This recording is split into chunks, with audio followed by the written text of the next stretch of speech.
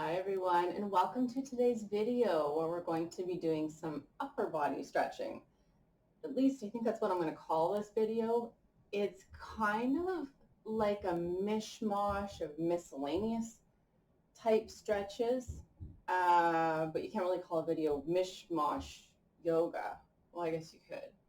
Anyways, it's a really good class today because it'll get into those areas that we don't often stretch or pay attention to. So it's a really beneficial video to help you with that overall general health of the body.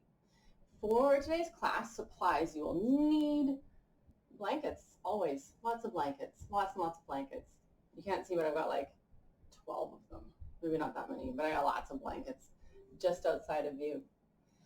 To get started, let's find ourselves in either Balasana child's pose or cross-legged seated.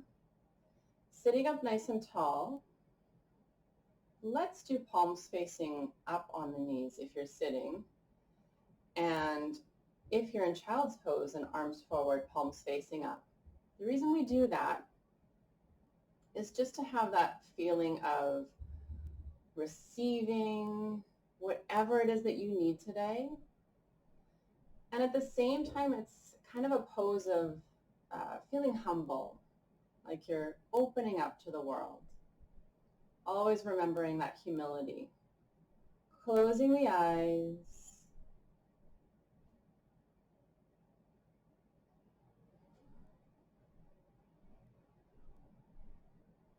Taking those first few moments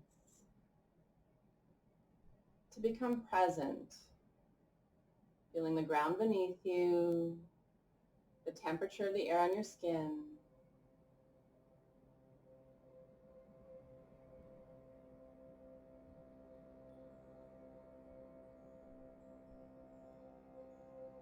And taking the next few moments to set an intention for your practice. So some quality or some thing from yoga that you wish to attain.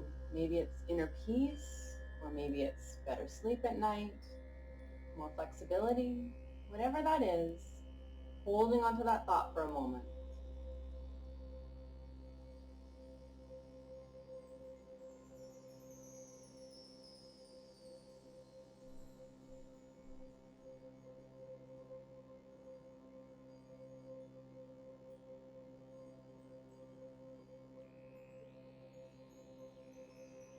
And slowly open the eyes. We'll get started in our first posture, Anahasana, heart chakra pose. So for this one, find yourself in a hands and knees position. And then with the hips right over top of the knees, if not slightly back a little bit, we'll start to walk the arms forward and place the forehead onto a block, or maybe it reaches the floor, and we'll hold. I'll get our timer going.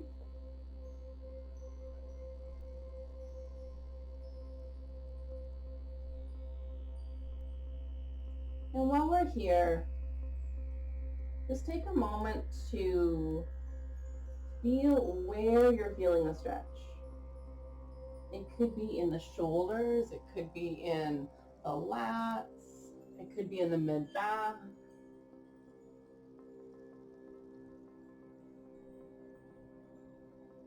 If you're a little more flexible, you can reach your chin to the floor, so long as that's okay on your neck.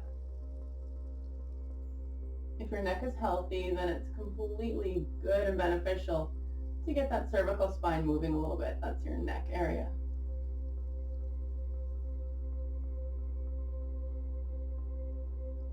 And if you need to come out a little bit early, please do so.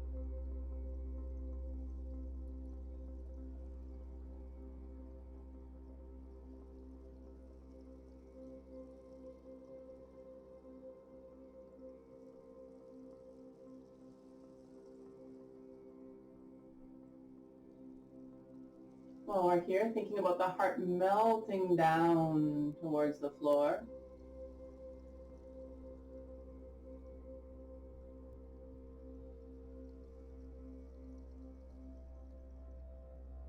Once again, if it feels like it's too long in this position, come out. And whenever you can, come back in.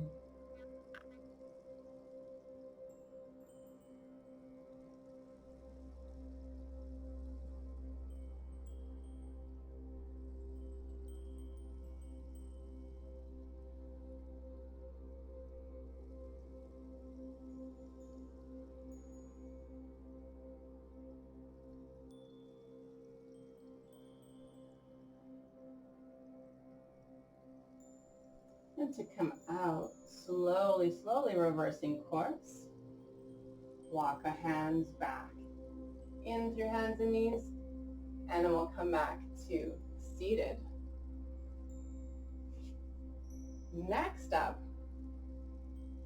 we're doing it. It's happening, but it's a really, really awkward one. Don't go away. This is good. You'll feel great afterwards. You'll see what I mean though. It's for the shoulders. And what we do is start, it's like a reverse plank a little bit. So we'll start with the feet forward. And then we walk the hands back. So I've got my hands behind me, fingers pointing away. So normally for a reverse plank, we've got our fingers pointing forward. This one doesn't really matter so much. Fingers pointing kind of away from you. And then walk the fingers away from you even more until you can feel that stretch in the shoulders. And you can even lift the heart up a little bit if that helps you to feel that stretch. Holding here. I'll get our timer flipped. Flip. And we hold here in this super fun, awkward position. Breathing deep.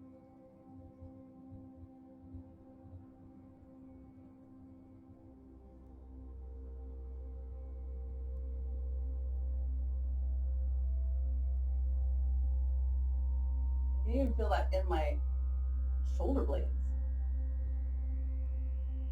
Moving in directions they don't normally do in a day.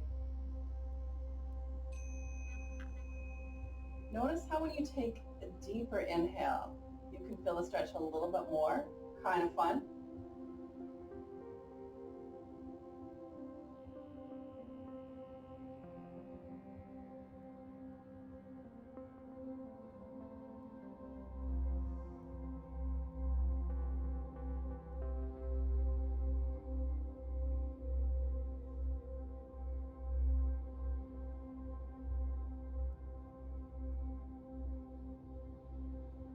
Perhaps there's room to squiggle it a little bit further.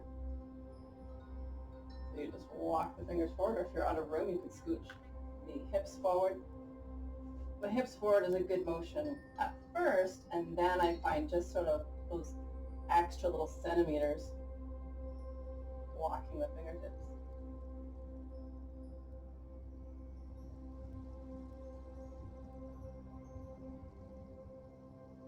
Almost done.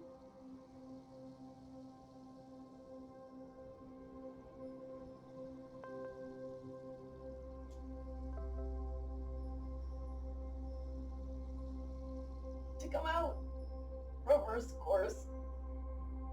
Squiggle those hands back towards you. Nice and slow, especially in these more awkward positions. Okay, speaking of awkward position, take a moment though between exercises. My arms feel real weird after that one, in a good way. This next one is for the outside of the arm. So we do in yoga a lot of strengthening exercises with our arms. This one is basically this stretch lying down. So what we do is start on our bellies. I like to have a blanket or something beneath my arm so it can slide, especially if you have a stickier type mat. Find yourself on your belly. And then, I'm kind of in like a sphinx pose here. Then I'll take my right arm and slide it through. I'm trying to get my arm in a straight line from my shoulder straight out, so it's a 90-degree angle from my torso.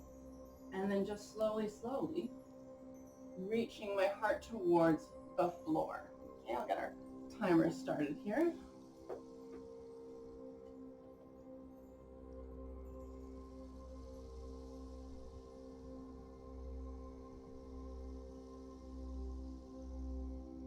And breathing deep. If your arm isn't all the way straight, that's okay too.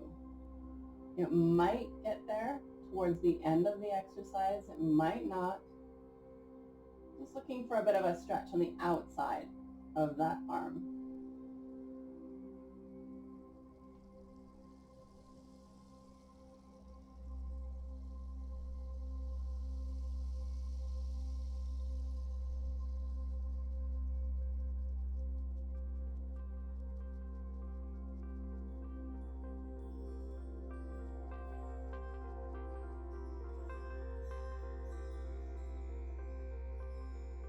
Keeping in mind with yin style postures, you might have to use your back muscles a little bit to keep your body up off the arm if it's stretching too much.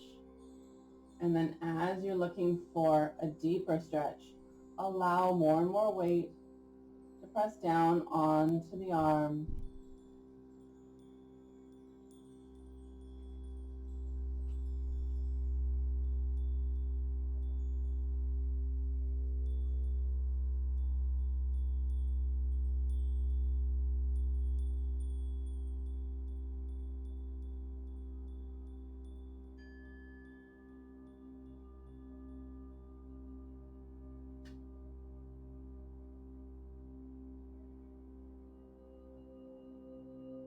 See if there's a little bit more space now. Maybe there is, maybe there's not.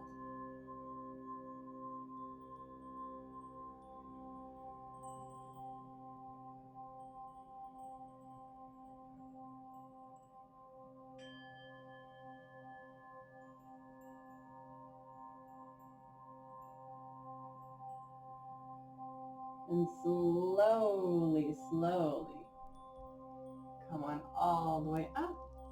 And we're ready for the other side. So this time, left arm goes through. We got our timer going. Same thing again. Now what sometimes happens is one side cooperates a little better than the other. So just take notice, no judgment, but it's good to get that body awareness of, oh yeah, I guess my right arm is more flexible than my left, or vice versa, or whatever it is. We're just starting to get to know our bodies a little bit. And same as last time, take all the time you need to melt into it fully.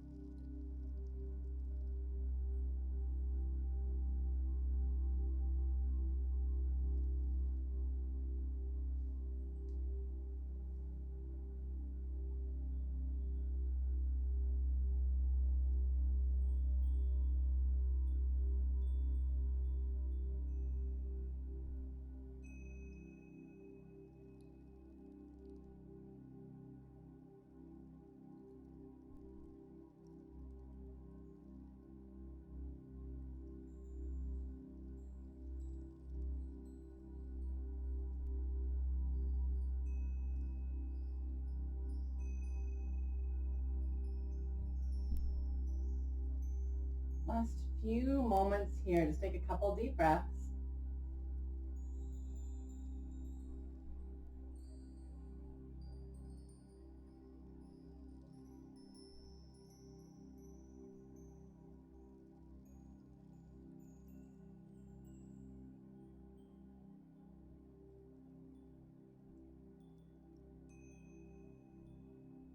And then slowly, slowly start to come all the way out. Maybe take a second before you push yourself back up to seated. Oh, it should feel amazing now.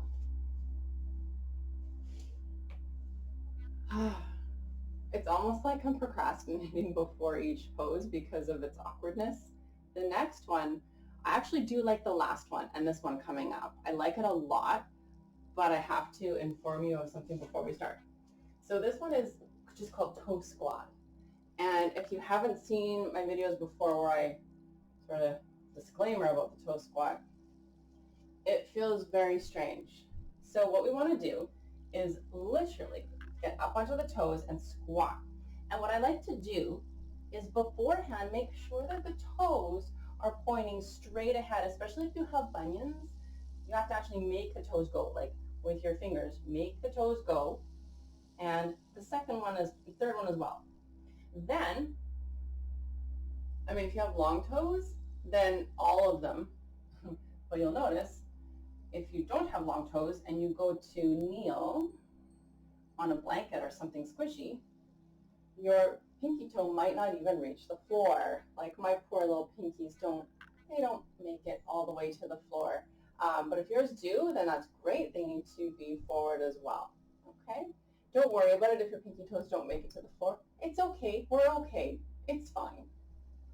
So, oops, timer. There we go. And we're in. This is it. If it becomes too much, you can either raise the level of your blanket or lean forward. Lean forward is the easiest. And it takes a little weight off of your toes. So the hardest is sitting all the way back. Some people have naturally really flexible toes. Back in my ballet days, I was always super jealous of people with really flexible big toe joints. It's so funny, the world of ballet. Most of us are like, oh, look at her hair and her nails. I'm like, oh, look at those big toe joints. So flexible. So nice. Anyways, this gives us flexible toes. The actual real benefit to this is, aside from a beautiful demi-pointe in ballet, is preventing plantar fasciitis, which is actually a very, very beneficial thing to do because that can be quite painful. That's just when the ligament in the bottom of your foot becomes too short, and that can happen to a lot of people. It's either too short or it's aggravated a lot. If you're running without a really correct alignment of your foot, it can just irritate the ligaments, just tug and tug and tug, where it attaches to the bone. So this lengthens that ligament in correct alignment, which is really healthy. Speaking of correct alignment, this exercise is not too much going on, except we don't want the heels to move outward. You know what I mean? So the toes are pointing forward, and if the heels move outward, it will give you more of a stretch on that pinky toe, but then the foot is sickling a bit, and we really want to focus on the great toe, maybe the second one as well, so that the heels are right on top of the ball of the foot. Look, I've been yammering away so much. We're pretty much done. Before you move out, go slow. And in stages too. I mean, if you can pop right out, I guess, but it's really, we're trying to build trust with the body. So move slow, like you're 108, and it will actually help you gain flexibility faster. I know people think that I'm crazy when I talk about building trust with your body, but I really have learned and experienced that my body is separate from my brain. You know, have you ever done something where, I don't know, played soccer or gone to a ballet class after it's been a good 10 years, and your body has this muscle memory and it thinks it can do something, and it can't anymore. Your brain thinks that you can do it because you remember, but your body's like, just kidding, no, you can't do that anymore. So it is a real thing, that mind-body connection. We need to connect the two and build trust with the body, and it will release quicker when you're looking for more flexibility if it trusts you. Trust me on this one. It's not hooey, it's the thing. So our next one is, it's one of my favorites for real. If you don't have a mop of hair on the top of your head, you might need to remove your ponytail.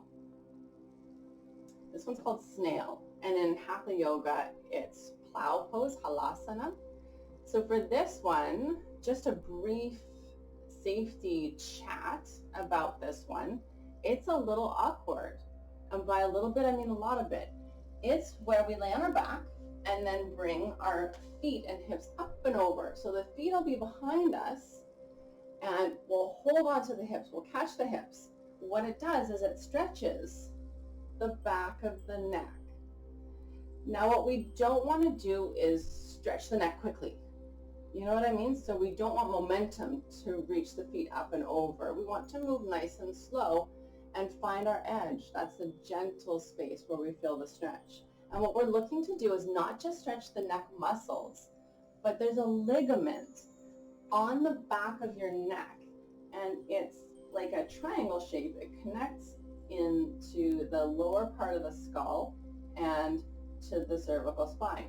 So it's like a triangle shape, and it's called the nuchal ligament.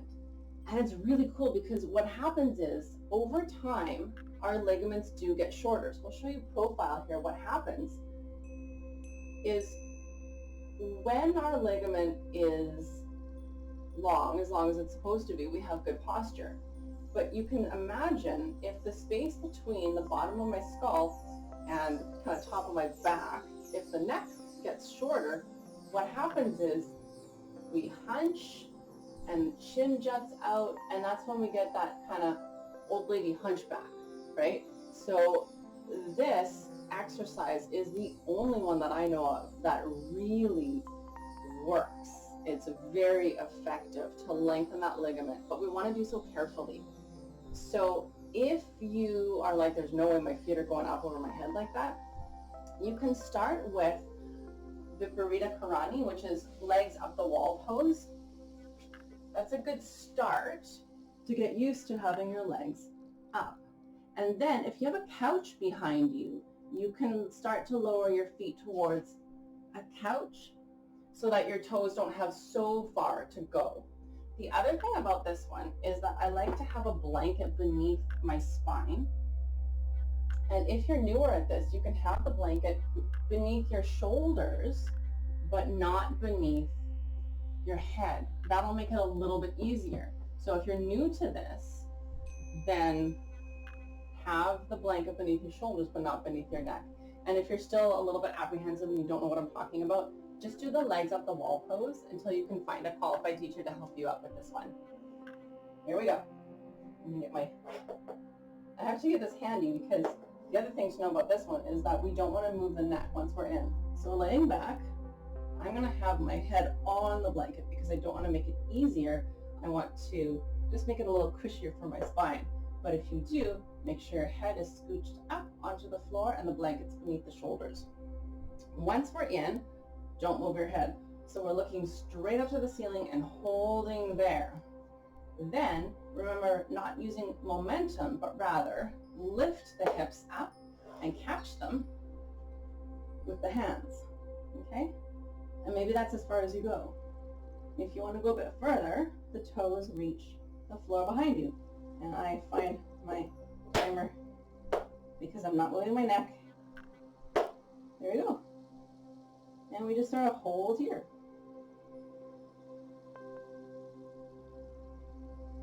Looking just for a gentle stretch, nothing major.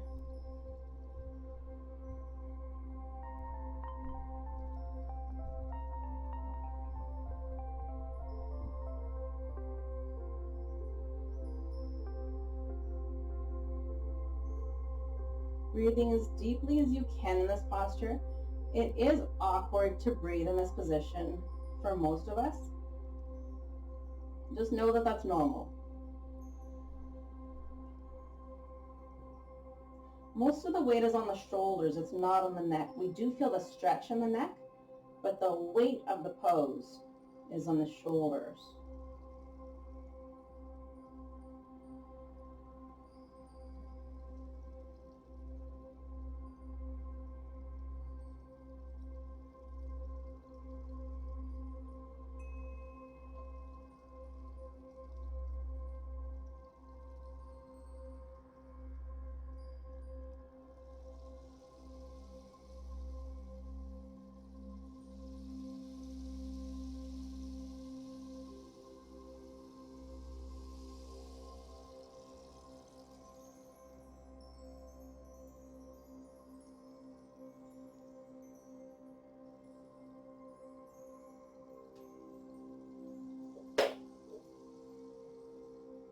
almost done. I love this one so much, I could be there all day.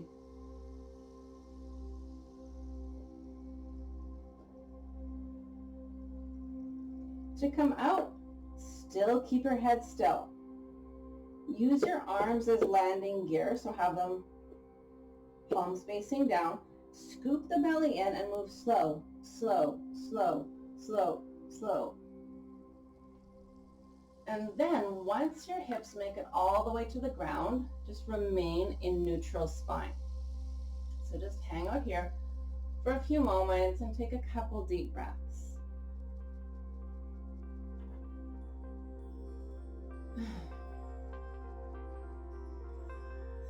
Seriously, that's one of my favorite poses. The next one is in Yin, known as fish pose. In Hatha, it's closer to Utthana Padasana, but that's harder to say, so we say fish pose. So for this one, I'm going to have to actually move. I have to move. You can stay there, but I'm going to have to move. Now, if your hair is in a big mop on the top of your head like mine is, you'll need to remove your ponytail. So the thing with Yin is that it's good to wear your hair, if you have a lot of hair, in something that's easy to like break away. Ponytail, just whoosh, and then it's gone. And it must make that sound effect, just in case you missed it. Here we go. For fish pose, we lay down. This one, we arch the back. So we're laying down. This one we're not doing for 2 minutes, so I'm putting our timer away. And then, with the arms along your sides, and some people like to actually sit on the arms, so you can do that if that helps you, and if you know this pose and are familiar with it. I like to have them along my sides. I press into the elbows and lift the heart up to the sky. What I'm doing is using my own torso strength to lift my sternum straight up, okay, and press into the elbows. Here we go. So lifting up and then lowering onto the crown of the head. So from here we hold, but we lift up through the heart so that there's very little weight onto the head, because my heart is lifting up so much.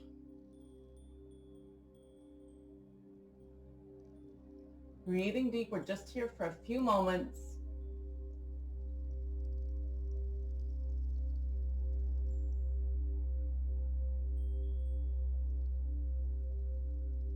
And release.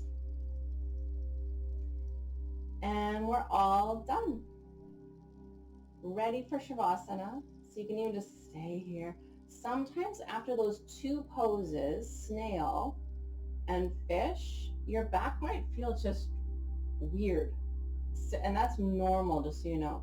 If it feels weird, you can give your back a little extra support by bending the knees, feet on the floor, and let the knees tip in towards you for your Shavasana today. Otherwise, extending the legs, palms facing up, and closing the eyes.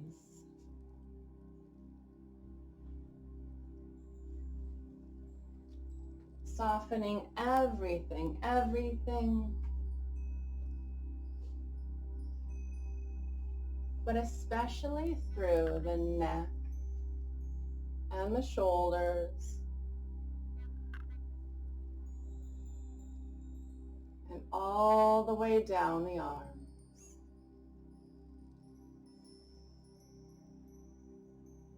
Letting the fingers softly curl.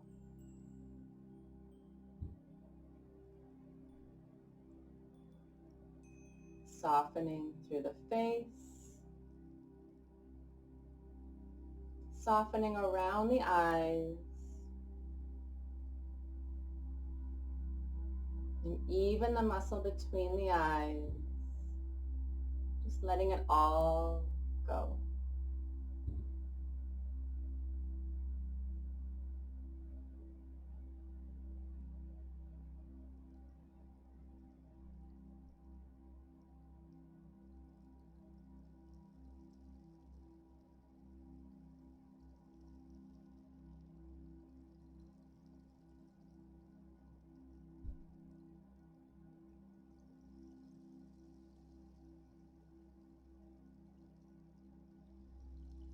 to come out. Wiggle the fingers and the toes. And gently roll your head from side to side. And reach your arms above head on the floor. Give yourself a big stretch, feeling totally refreshed. Then bend your knees in one at a time. And gently roll over to the right side. Pausing there for a few moments. Give yourself a moment to adjust.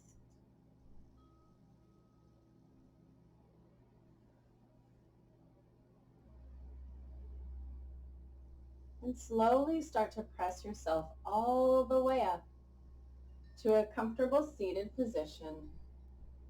And when you arrive, palms facing up on the knees, inhale, sitting up tall. Exhale, softly close the eyes. Taking those final moments to thank yourself for showing up to your practice today and taking care of you.